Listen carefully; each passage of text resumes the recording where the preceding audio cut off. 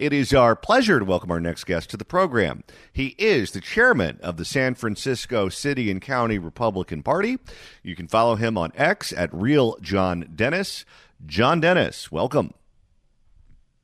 Pleasure to be here. Well, thank you so much for stopping by. Let's start out with the breaking news where California Governor Gavin Newsom made national headlines when he announced that the state of California would be providing health care for illegal aliens.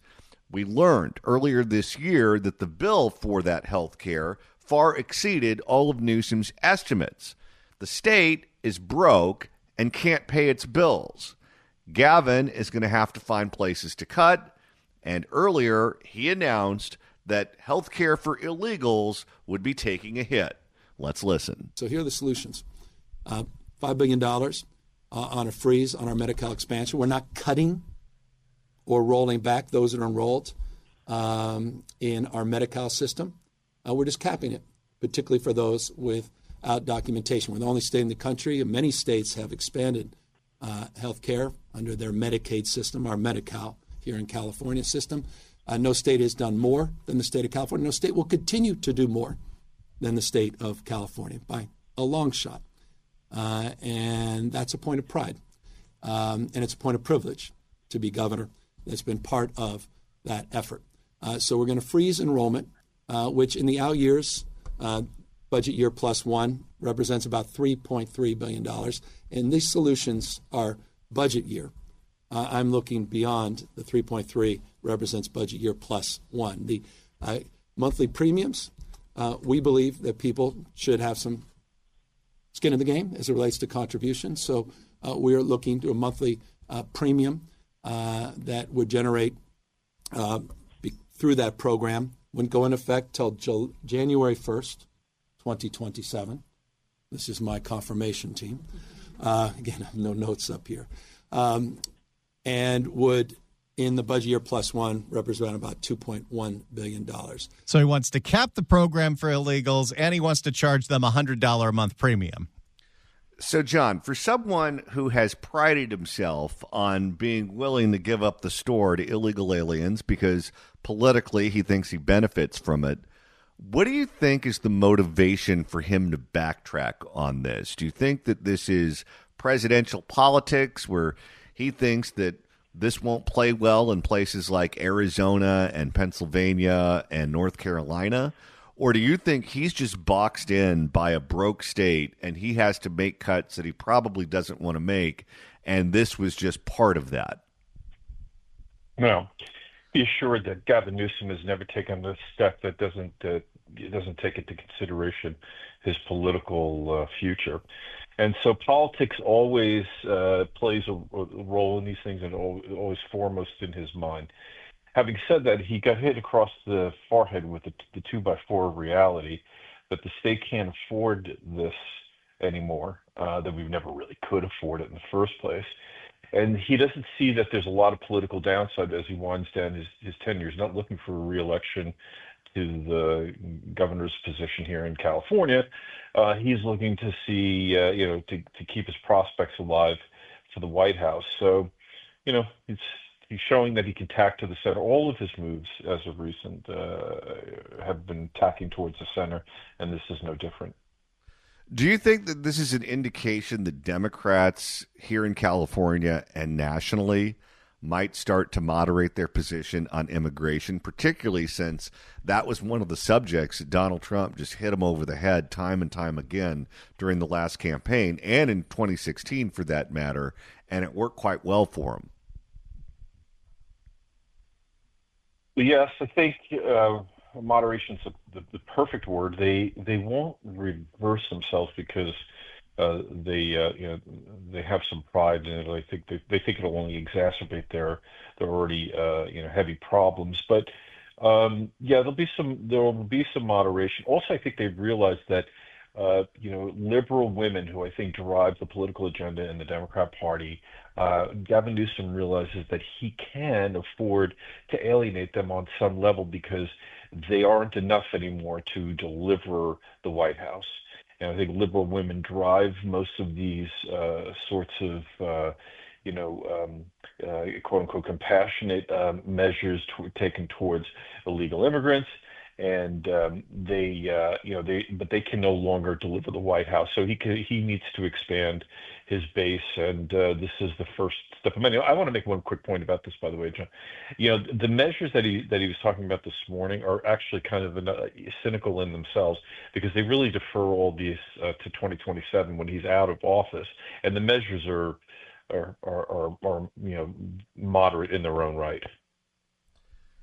Now, if Gavin Newsom is going to continue to try to moderate his position on immigration, we will find out very quickly just exactly how he will handle the Trump administration and the federal government saying that they are going to withhold federal funds from cities that are sanctuary cities and states that are sanctuary states.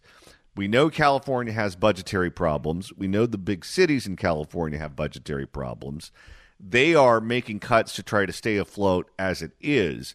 If the federal government comes in and says, all right, you either get rid of your sanctuary status if you want federal dollars, or else you're going to have more problems with your budget, it'll be interesting to see what Gavin Newsom does if and when that happens. Well, he'll sue to say that we're entitled to those funds that were promised to us. And, they'll make all sorts of legal arguments about it. But, I fall into this trap myself. It's probably not a great idea to speculate on motivations, but, that's what makes politics fun. Something tells me that deep in the deep, dark recesses of what remains of Gavin Newsom's mind, he's actually rooting for a lot of folks to be removed from California to alleviate this problem, because we can't afford to continue to subsidize illegal immigrants, and if a lot of them end up going back home, it maybe helps the outlook for the California budget. We're speaking with John Dennis, who is the chairman of the San Francisco Republican Party. You can follow him on X at Real John Dennis.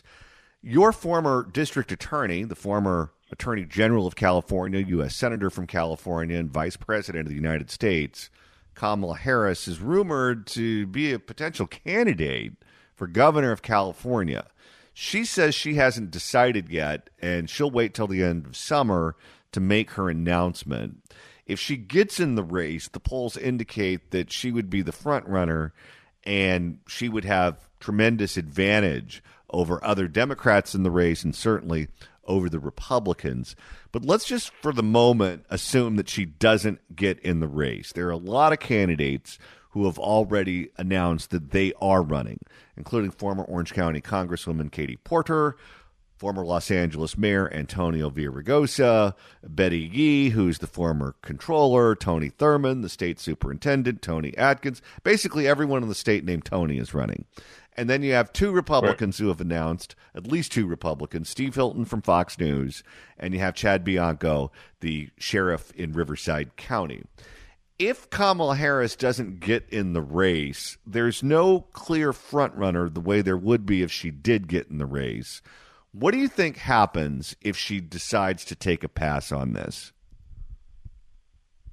Well, that's the more interesting question, because I think the path, the outside chance that the Republicans would have a path to the governorship only really materializes if Kamala Harris is in the race, because I think she's so off-putting as a candidate that she actually puts the Republicans in play. There was a poll you may have seen last month that showed that about half of Californians would vote for a Republican for governor under the right circumstances, and I think Kamala Harris would help with those circumstances. Beyond that, there are so many minor players, all of whom are underwhelming and unimpressive, that it's hard to pick which one would come in. I would imagine, in some respects, that Villaraigosa or Katie Porter would have the strongest chances, but again, it's hard to say. From the Republican side, there may be more than the two you mentioned, but I have to say Steve Hilton has got the energy and is actually running a really solid campaign, even though it's only a month long. So it could be interesting. I suspect that if with a limited Republican field, we'd actually see a Democrat versus a Republican, likely be Steve, and we'll see where it goes from there. If Kamala Harris doesn't get in, and let's say by, I don't know, the fall or the end of the year, Chad Bianco, the sheriff, and Steve Hilton, they're not raising any money. They're not polling in the top two in the polls. Is it time to look for alternatives and try to bring some other name into the mix to see if that person can catch fire? Because I know Steve Hilton comes from the Silicon Valley, and he knows a lot of people with very deep pockets, and he, in theory, has access to a social network that can produce a lot of money. Now he's a declared candidate. Now we'll be able to find out if he can raise money. We'll be able to find out if Chad Bianco can raise money, because you're going to need a lot of it to be a competitive candidate in a statewide race in what is still a very blue state. If that doesn't happen, does there need to maybe be a reshuffling of the deck? Well, that assumes, John, that we could actually find another Republican to run. I've heard that there's some rumblings that Caitlyn Jenner is thinking about coming to the race, but we saw how that worked out when she ran during the recall. But it's a big commitment to run for any statewide office as a Republican. It takes an enormous effort, and like you said, you have to convince folks that they can actually raise money. But there are two points to note. One is that the word that I have is that fundraising has actually been pretty good for Steve Hilton thus far. He's certainly had an active campaign, and then the X factor is Donald Trump.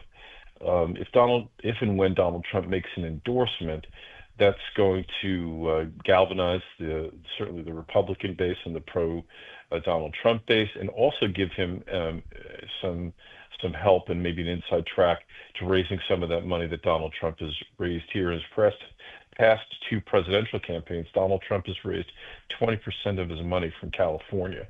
So there's Republican money in the state.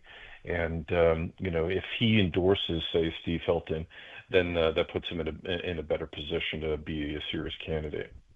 Let's shift gears here for a second, because there are a number of books out now in the bookstores, including Jake Tapper's, which is on the way, saying that Joe Biden's condition was worse than we even suspect, that the guy is out of it, has been out of it, and everyone around him knew it and lied about it and protected him. That's no surprise to me. After all, Joe Biden is the same guy that had a conversation publicly with a woman who was dead. He felt going up the stairs, it seemed, on a regular basis. What do you make of this effort to try to portray it as if the media actually did their job and it was the people around Biden who lied about it and they're the ones to blame? Because I'm not buying that. I think it was obvious to anyone who had a television set that guy was demented. Well, it's really, it's beyond credulity to think that these two authors, it's not just Jake Tapper, by the way, it's Alex Thompson from Axios, who wrote this book, both of whom have deep connections throughout Washington. And, the Biden presidency is only over by a little more than 4 months, or actually right around 4 months. And you're telling me that Jake Tapper and Alex Thompson didn't hear the rumors of it, or weren't being told this during the Biden presidency? That they were probably writing the book while they were denying on air that there were problems with Joe Biden's health. What makes this one so rich is that, as many people know, Jake Thompson chastised Lara Trump for saying precisely what he's writing about now. And so, and yet no reporter has managed to ask Jake Tapper, what does he think about that conversation that he had with Lara Trump in retrospect, A, and B, what did he know and when did he know it? This is sort of the height of hypocrisy. I think, I don't know. I always wish for strong outcomes from this, like the downfall of CNN, which is richly deserved. But maybe this will be the time that it happens. But who knows? I think it's beyond credulity that these guys didn't know that Biden was in bad shape prior to the writing of this book. People are always asking right now, well, what's the punishment going to be for lying about this for 4 years? I said, the punishment is they lost the election and they have to look at Donald Trump on television for 4 years. That to them is punishment. Yeah. John, thanks so much for stopping by. Always a pleasure. Thanks for having me. John Dennis, chairman of the San Francisco Republican Party. If you'd like to email the show, you can do so at johnnydon'tlikeshow@gmail.com. That's johnnydon'tlikeshow@gmail.com.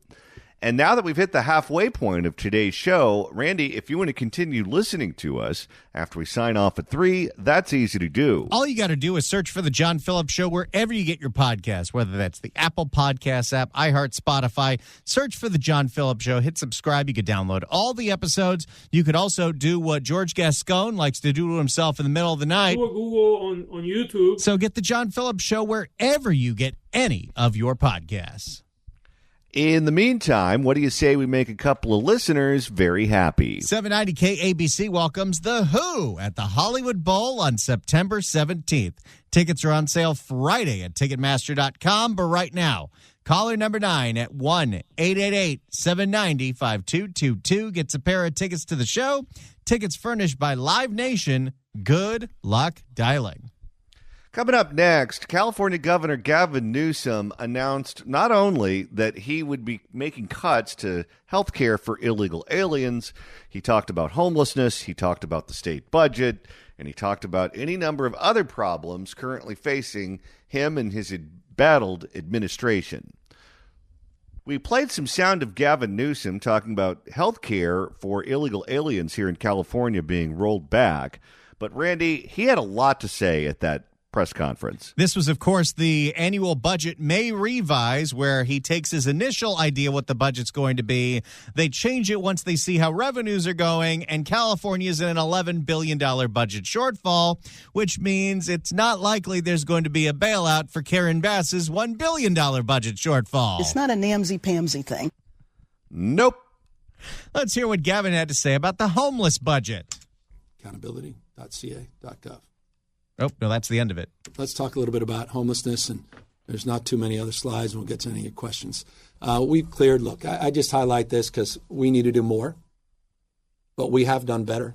No, you haven't. No, you've spent more. We don't have fewer people living on the streets. Over 16,000 encampments on state right-of-ways have been cleared. This is unprecedented. Every like 2 or 3 days, I have a story up and down the state of California of a homeless encampment that no one can clear because it's on Caltrans property, and those are the ones he's directly responsible for. I could tell you this. I've had to call 911 not once, but twice just this year because there have been homeless encampments on fire near the freeway. Over 16,000 encampments on state right-of-ways have been cleared. This is unprecedented. And no, I did not speed up that sound. Okay.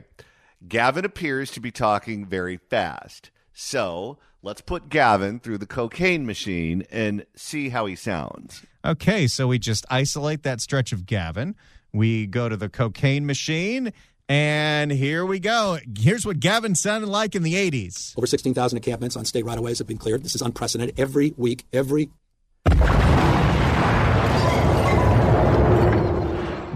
His heart just blew up. Over 16,000 encampments on state right-of-ways have been cleared. This is unprecedented. Every week, you're welcome to get a copy. I get an update from Caltrans of all the sites they clear. How about all the ones they don't clear, and there's constant finger pointing as to whose fault it is? And you notice he's only talking about encampments on state land. He's not talking about the broken down RVs that are on city streets. He's not talking about homeless encampments that are on any property other than the property that's serviced by Caltrans. Well, his argument is, hey, I've given the cities and counties money. It's their fault. Remember back in the old days when freeways were meant for cars? I told them, I don't believe you. I want to see them. They photograph them for me, and they submit 20, 30 pages every week. That's how I start my week, looking at these cleanup sites. We need to have that same kind of intentionality with every jurisdiction in the state of California. I mentioned incorrectly, I said Tulare. I don't know what I was thinking, but I meant Turlock. Oh, here we go. So this has been Gavin's weeks-long battle with Turlock, which is not a very big place.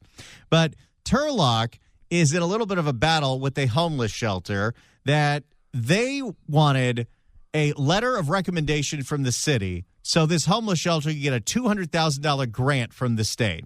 And the city said, well, we could do that, but can you show us some numbers of how effective your shelter is? And your bathrooms are currently open at night. Can you have them open during the day? Because you know what they're doing during the day. And the homeless shelter stonewalled them. So they said, okay, you're not getting your letter and you're not getting your grant. And Gavin Newsom has decided to go to war with Turlock.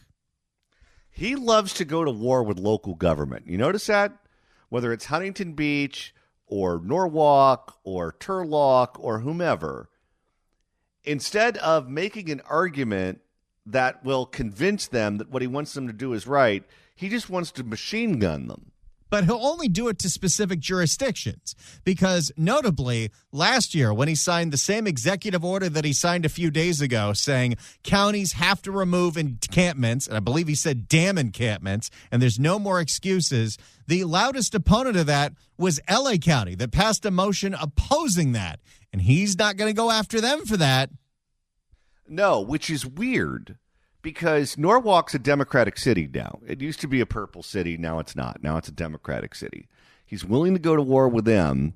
Huntington Beach is a conservative city, so he's in open warfare with them.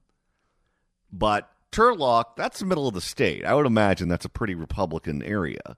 Turlock, 2 days ago. Eitan, I apologize. I pride myself, or was it you, Ashley? I pride myself, forgive me.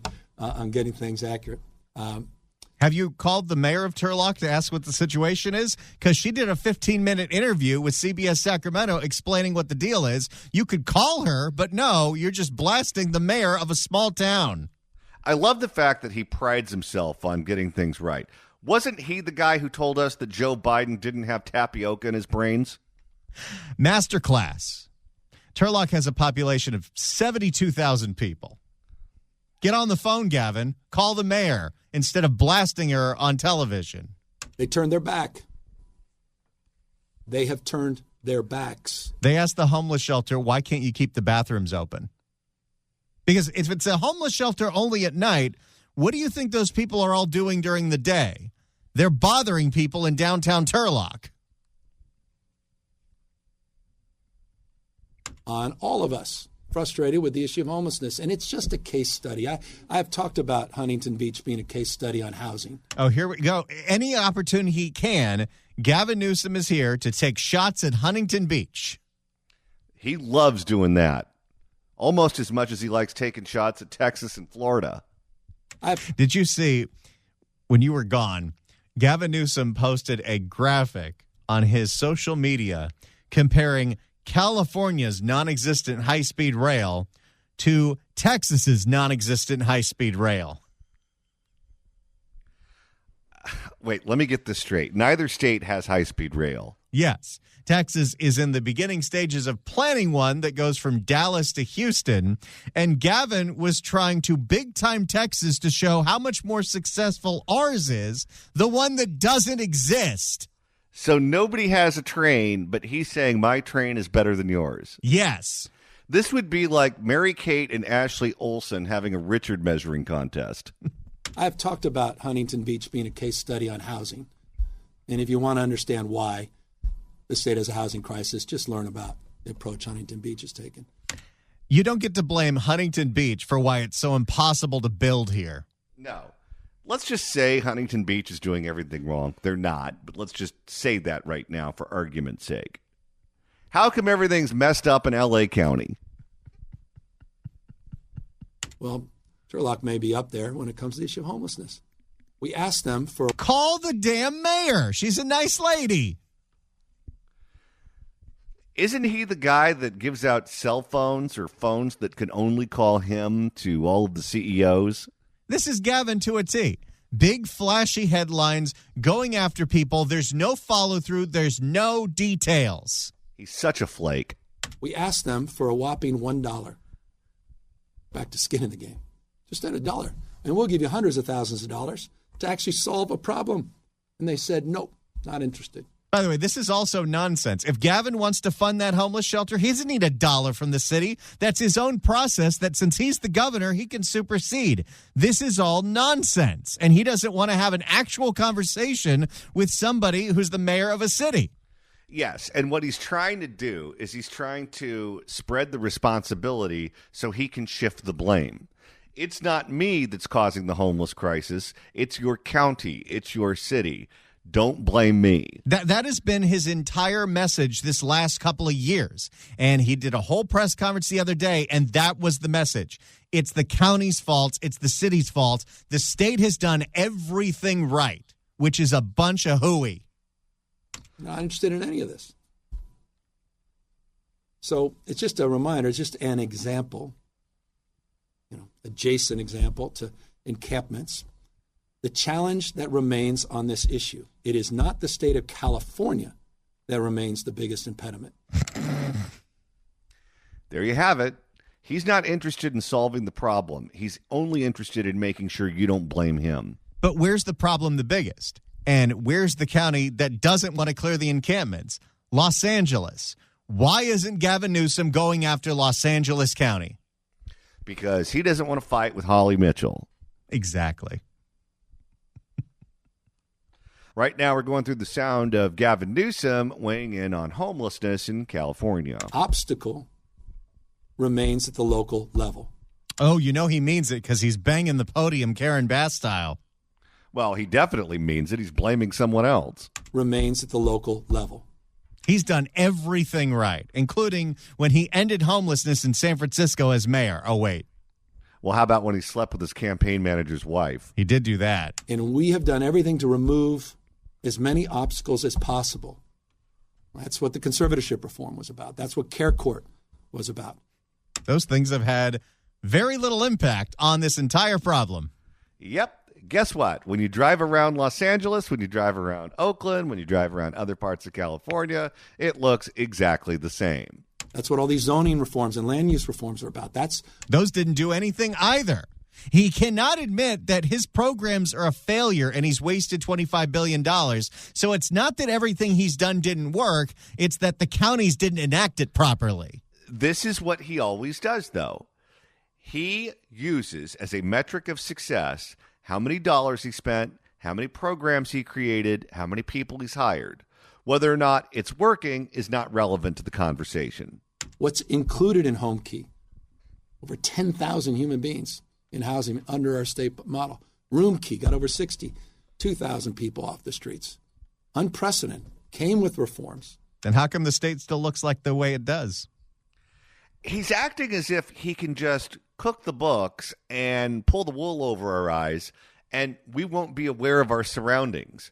We live here, dummy. Well, and the thing that you have to understand is even when you put people in Room Key, Home Key, Inside Save, A Pathway Home, all of these nonsensical programs, they don't stay in the apartment all day long. They don't stay in the hotel room all day long. What we have found, as evidenced by doing a census of some of the people that are in the drug dens in the Tenderloin in San Francisco, is most of the people that are doing drugs and encampments already have housing.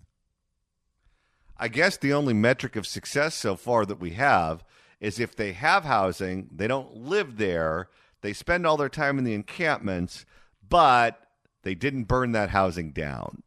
Time to delivering projects. Taxpayers, mindful. There you go. Of their dollars. We provided those at unprecedented low. We're mindful of our dollars, except for the fact that when a bipartisan bill to audit the homeless spending was on Gavin's desk, Gavin vetoed it. Well, and also, he's happy about all the money that he's spending, yet the state still looks like the parking lot of Dodger Stadium after a Sunday day game. At unprecedented low costs in terms of creating those units under those creative programs. We need to see that same level of engagement in every part of the state, particularly as it relates to the issues of encampments, unsheltered homelessness. Now, I want to talk about that a little bit. There's no one, you don't see a sign. He's short-circuiting again. No, this is also all about equity. And equity to him is making Huntington Beach look as dumpy as the other parts of the state that are taking all his bad advice. You don't see a sign saying mission accomplished. So, for the cynics, those people just are hardened by darkness and negativity. Yes, because you're a shining ray of light. Yeah, I call it reality. I'm very negative about the performance at the local level as it relates to unsheltered homeless, sure. But I want to just put it in perspective.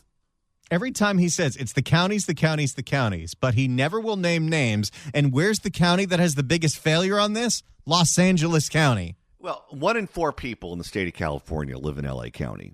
It is the largest county in the United States of America.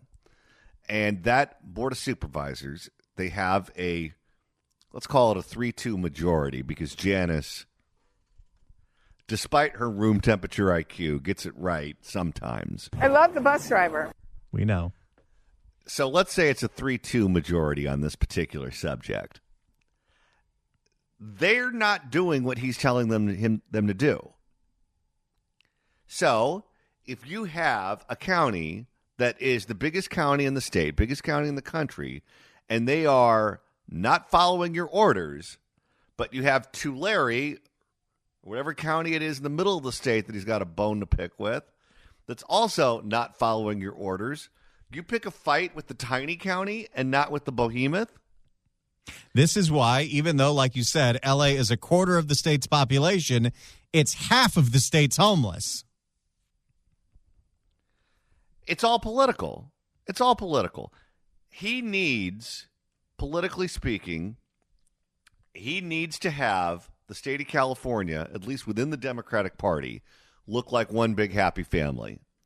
And if some local official in some tiny county who's a Democrat doesn't like what he's doing and they complain about it, no one's going to pay any attention to them.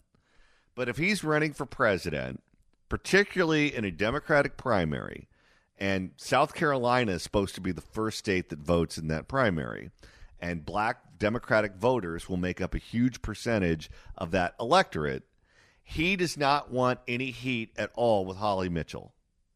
He doesn't. He doesn't want any heat with Hilda Solis. He doesn't want any heat with Lindsay Horvath, because if he's running in that primary on the platform of California's wonderful, California's great, I made the state golden again, I want to make the rest of the nation look just like California, and he has fellow Democrats